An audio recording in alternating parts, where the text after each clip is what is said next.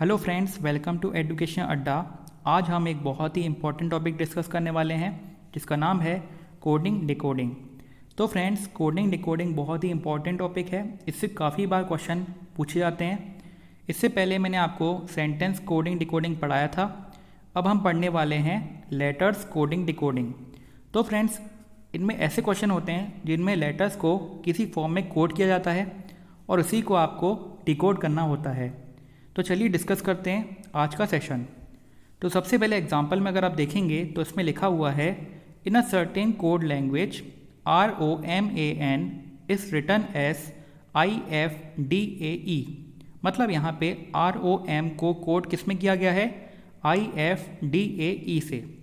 How would water WATER can be written in that code. तो friends, यहाँ पे जो हमें सबसे पहला जो कोड दिया हुआ है ROMAN का, वो क्या दिया हुआ है? IFDAE। अब ये जो लेटर्स हैं इस फॉर्म में कोड किए गए हैं, उसी फॉर्म में हमें WATER को कोड करना है। तो सबसे पहले हमें क्या करना होगा? सबसे पहले हमें इसको डिकोड करना होगा। तो चलिए देखते हैं इसको कैसे सॉल्व करना है। तो सबसे पहले मैंने यहाँ पे ROMAN लिख दिया और नीचे इसका जो कोड था IFDAE लिख दिया। ओके, अब ये लिखने के बाद आपको जो सबसे पहली चीज़ करनी है वो ये है कि आपको लेटर्स की जो वैल्यू होती है, ओके, वो आपको लिख लेनी है। तो R की वैल्यू क्या होती है? 18, O की वैल्यू 15, M की वैल्यू 13, A की वैल्यू 1, N की वैल्यू 14, I की वैल्यू 9, F की वैल्यू 6, D की वैल्यू 4, A की वैल्यू 1, E की वैल्यू 5। ये वैल्यू नहीं है, ये पोजीशन है कि मतलब R कौन सी पोजीशन पे आता है। टोटल हमारे पास 26 अल्फ़ाबेट होते हैं जिसमें R की पोजीशन 18 होती है, O की पोजीशन 15 होती है। ऐसे करके मैंने यहाँ पे पोजीशन लिख ली है। ओके, अब आप इसको गौर से देखेंगे तो ज़रूरी ये नहीं है कि R का कोड I हो, R का कोड E भी हो सकता है। तो हम इस पैटर्न को पहचानने की कोशिश करेंगे। अगर आप इसको गौर से देखेंगे कि अगर हम 1 को 8 से प्लस कर देते हैं तो हमें 9 मिलता है, जो कि 9 की पोजीशन है। वैसे ही O की पोजीशन क्या है? 15। तो 1 + 5 कर देते हैं तो 6 आता है, जो कि F की पोजीशन है। यहाँ पे M की पोजीशन जो है 13 है। अगर हम 1 को 3 से प्लस कर देते हैं तो हमें 4 मिलता है, जो कि D की पोजीशन है। तो इससे हमें समझ में आ रहा है कि अगर हम जो ऊपर वाले लेटर्स हैं उनकी अगर पोजीशन को प्लस कर देते हैं जब वो 2 डिजिट नंबर हो तो, ओके, सिंगल डिजिट नंबर में तो सेम रहेगी, लेकिन अगर 2 डिजिट नंबर हो उनकी पोजीशन को प्लस कर देते हैं तो हमें नीचे के अल्फ़ाबेट्स मिल रहे हैं। ओके, तो ये पैटर्न हमें समझ में आ गया है। अब हमें कुछ नहीं करना है। यहाँ पे W की पोजीशन 23 होती है, A की पोजीशन 1 होती है, T की पोजीशन 20 होती है, E की पोजीशन 5 होती है, R की पोजीशन 18 होती है। ओके, तो यहाँ पे 2 + 3 5 आता है। 5 किसकी पोजीशन होती है? E की। तो यहाँ से कोड जो W का होगा वो क्या होगा? E होगा। A की पोजीशन 1 है तो सिंगल डिजिट नंबर है तो 1 का 1 ही होगा। तो यहाँ पे जो सेकेंड अल्फ़ाबेट आएगा वो A आएगा। अब यहाँ पे T की पोजीशन 20 है, मतलब 2 + 0 2। अब 2 किसकी पोजीशन होती है? B की होती है। तो थर्ड अल्फ़ाबेट हमारा B होगा। E की पोजीशन 5 सिंगल डिजिट है तो 5 का 5 ही होगा। तो यहाँ पे अगला अल्फ़ाबेट E होगा। आखिरी में R है, R की पोजीशन 18, 1 + 8 9, तो 9 होती है I की।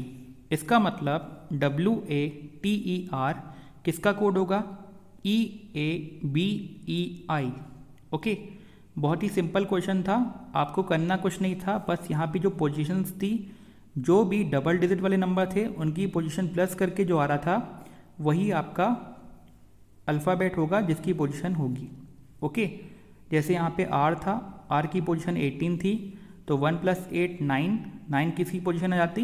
I की। ओके, तो बहुत ही सिंपल था। आगे बढ़ते हैं। अब यहाँ पे अगला जो क्वेश्चन दिया हुआ है, in a certain code language CHURCH is coded as SXIFSX. How would MANDIR will be written in that code? तो यहाँ पे एक वर्ड दिया हुआ है, उसका एक कोड दिया हुआ है, उसी टाइप हमें इसका भी कोड निकालना है। किसका? MANDIR का। तो चलिए डिस्कस करते हैं। तो फ्रेंड्स यहाँ पे CHURCH का कोड दिया हुआ है SXIFSX। तो अगर आप इसको गौर से देखेंगे तो मैंने आपको एक सेशन पढ़ाया था जिसमें मैंने आपको कैसे लेटर्स की पोजीशन याद रखते हैं, कैसे उनके रिवर्स वैल्यू याद रखते हैं, रिवर्स वैल्यू मतलब अपोजिट्स याद रखते हैं, वो मैंने बताया था। अगर आपने वो सेशन ना देखा हो तो मैं आपको डिस्क्रिप्शन बॉक्स में दे दूँगा, वो बहुत ही इम्पॉर्टेंट है, आपको पूरी अच्छी तरह से देखना है। तो अगर आप इस क्वेश्चन में गौर से देखेंगे तो हमें पता है कि C की जो अपोजिट होता है, C का जो अपोजिट होता है वो क्या होता है? X। H का जो अपोजिट होता है वो होता है S। U का अपोजिट F, R का अपोजिट I, C का अपोजिट X, H का अपोजिट S। तो ये जो पैटर्न है ये पूरा किसके ऊपर डिपेंडेंट है? ये अपोजिट के ऊपर डिपेंडेंट है। तो बहुत ही सिंपल है, अगर आपको अपोजिट पता होंगे तो ये क्वेश्चन कुछ ही सेकंड्स में सॉल्व हो सकता था। तो उसी तरह हमें MANDIR का कोड निकालना है। तो M का अपोजिट N, A का अपोजिट Z, N का अपोजिट M, D का अपोजिट W, I का अपोजिट R, R का अपोजिट I। तो यहाँ से MANDIR का जो कोड होगा वो होगा ZNWMIR। ओके, तो ये आपको अच्छे समझ में आ गया होगा। तो कुछ चीज़ें हमें पोजीशंस और रिवर्स वैल्यू से ही सॉल्व हो सकती हैं, ये आपको अच्छे से याद होना चाहिए, क्योंकि पूरा कोडिंग डिकोडिंग हमारी पोजीशंस और रिवर्स वैल्यू पे ही डिपेंड होता है। आगे बढ़ते हैं अगले क्वेश्चन की तरफ। तो यहाँ पे लिखा हुआ है in a certain code language MADRAS is written as OWNHEQ. How will AFRICA will be written in that code? तो यहाँ पे जो मद्रास है उसका कोड क्या दिया हुआ है? OWNHEQ। और हमें यहाँ पे अफ्रीका का कोड बताना है जिस फॉर्म में ये मद्रास का कोड हुआ है। ओके, तो सबसे पहले हम देखते हैं कि मद्रास की कोडिंग कैसे हुई है। तो यहाँ मैंने मद्रास लिख दिया, उसका कोड लिख दिया और सबकी मैंने पोजीशंस लिख दी हैं। ओके, तो यहाँ मैंने जब पोजीशंस लिख दिए हैं, अब हम पैटर्न को देखेंगे। तो अगर आप गौर से देखेंगे 13 में अगर आप 4 प्लस करते हैं तो आपको ये 17 मिलता है। 1 में अगर आप 4 प्लस करते हैं तो आपको 5 मिलता है। 4 में 4 प्लस करते हैं तो आपको 8 मिलता है। ओके, अब ये ज़रूरी नहीं है कि आपको एक ही बार में पैटर्न पता चल जाए, आप ये भी कर सकते हैं, जैसे 13 में 2 प्लस करके 15 देख सकते हैं। 1 में 2 प्लस करके 3 आ रहा है लेकिन यहाँ 3 नहीं आ रहा, तो ऐसे पैटर्न कैंसिल भी होते हैं बहुत जल्दी जल्दी। ओके, ऐसा नहीं है कि मैं आपको डायरेक्ट आंसर बता दूँ, कई बार क्या होता है हमें पैटर्न पहचानने में थोड़ा टाइम भी लगता है। ओके, तो यहाँ पे अगर हम देखें तो यहाँ 13 में अगर हमने +4 किया तो यहाँ 17, 1 में +4 किया तो यहाँ 5, 4 में +4 किया तो यहाँ पे 8। क्या सेम यहाँ पे हो रहा है क्या? 19 में +4 करते तो 23 आता, लेकिन यहाँ पे 15 आ रहा है। अगर हम लेकिन उल्टा करें, यहाँ पे 19 में से 4 निकाल दें तो यहाँ 15 आता है। वैसे ही 1 में अगर हम -4 करें तो 1 से 4 पीछे जाना है, तो पीछे जाएंगे तो 1 से +4 पीछे जाएंगे तो आप जाएंगे 23 पे, क्योंकि 1 से पहले क्या आता है? 1 से पहले आता है 26, जो कि हमारा आखिरी अल्फ़ाबेट होता है। ओके, जिसकी पोजीशन Z लेता है। तो 1 से हम अगर 4 पीछे जाते हैं तो हमें 23 मिलता है, और 18 से 4 पीछे जाते हैं तो हमें 14 मिलता है। तो ये पैटर्न काफ़ी क्लियर हो चुका है। इन शुरू के 3 नंबर में +4 हुआ है जो कि यहाँ पे लिखे हुए हैं, और ये आखिरी के जो नंबर हैं उनमें -4 हुआ है जो कि आप यहाँ शुरू में लिखे हुए हैं। ओके, तो वैसे ही हमें सॉल्व करना है। ये A है, A में 4 प्लस करेंगे तो यहाँ आखिरी में 5 आएगा जो कि E की प्लेस वैल्यू है।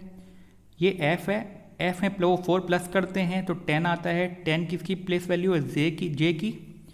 और यहाँ पे R है, R की प्लेस वैल्यू 18, 4 प्लस करेंगे 22 जो कि V की पोजीशन होती है।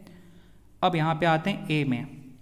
ए में 1 है, ए की प्लेस वैल्यू 1 है, पीछे जाते हैं 4, तो आप कहाँ पहुँच जाएंगे 23 जो कि डब्ल्यू की प्लेस वैल्यू है। यहाँ पे 3 है जो कि सी की प्लेस वैल्यू है, 4 पीछे जाएंगे तो आप पहुँच जाएंगे 25 में जो कि वाई की प्लेस वैल्यू है। यहाँ पे है आई, अगर आप 4 पीछे जाते हैं मतलब 9 से 4 पीछे जाते हैं तो आपको मिलता है 5 जो कि ई की प्लेस वैल्यू है।